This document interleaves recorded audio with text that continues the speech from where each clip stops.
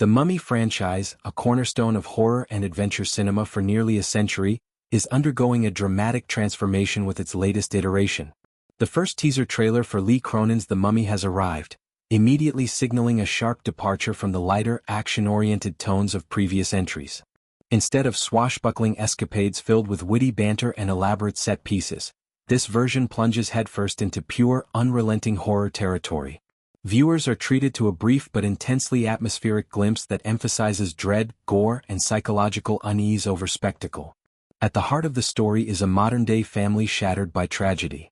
The plot centers on a journalist and his loved ones whose world collapses when their young daughter vanishes without explanation in a desolate desert landscape. Years pass in agonizing limbo, the family fractured by grief, unanswered questions, and the slow erosion of hope.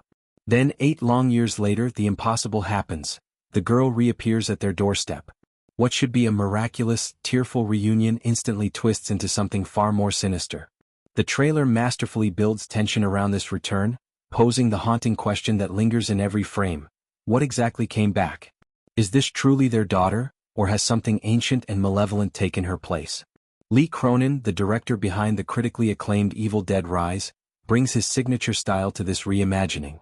Known for his ability to blend visceral body horror with intimate family dynamics under siege, Cronin has crafted a standalone tale that owes little to the Boris Karloff classics of the 1930s, the Christopher Lee Hammer horrors of the 1950s to 1970s, or the Brendan Fraser-led adventure trilogy of the late 1990s and early 2000s. Those earlier films often leaned into spectacle, curses unleashed in grand tombs, armies of undead, and heroic battles against overwhelming odds. In contrast, Cronin's approach strips away much of the exotic adventure, relocating the terror to contemporary settings and everyday family life.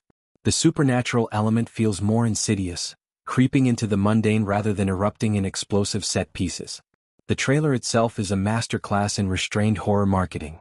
Clocking in at under a minute, it avoids overt exposition while layering unsettling imagery, flickering family photos that hint at happier times now tainted by loss, subtle distortions and reflections, a creeping sense of wrongness in seemingly ordinary moments. There are flashes of gore, skin peeling unnaturally, insects emerging from impossible places, blood streaking across faces, and audio cues like distant, eerie chanting that evoke ancient rituals. One striking sequence pays homage to classic horror techniques, reminiscent of the opening Polaroids in the Texas Chainsaw Massacre, showing decayed, bandaged remains in stark, clinical detail. The sound design amplifies the unease with low rumbles, distorted whispers, and sudden sharp cuts that jolt the viewer. It all builds to a palpable atmosphere of dread, leaving audiences questioning reality and the nature of the curse itself. The cast brings considerable depth to this family-centered nightmare. Jack Reynor, known for his intense performances in films exploring fractured psyches, leads as the grieving father-slash-journalist desperately clinging to the hope of his daughter's return. Laia Costa, whose nuanced work in intimate dramas adds emotional authenticity, portrays the mother whose maternal instincts clash with growing suspicion. May Calamawy, drawing from her experience in roles that blend cultural specificity with universal vulnerability, joins as a key supporting figure, possibly a family member, investigator, or someone tied to the desert origins of the disappearance. Additional ensemble members like Veronica Falcon and Natalie Grace round out the cast, contributing to the sense of a tight-knit group unraveling under supernatural pressure. Cronin has described his vision as aiming to deliver the scariest version of the Mummy yet, drawing influences from films like Poltergeist, with its focus on a family invaded by otherworldly forces, and Seven for its methodical descent into darkness and moral ambiguity. Produced under the banners of Blumhouse, Atomic Monster, James Wan's horror label, and New Line Cinema, the film taps into the current wave of elevated horror that prioritizes character-driven terror over jump-scare reliance. This approach aligns with recent successes in the genre, where intimate stakes amplify scares far more effectively than large-scale spectacle. The shift to a horror-first Mummy is notable given the franchise's history.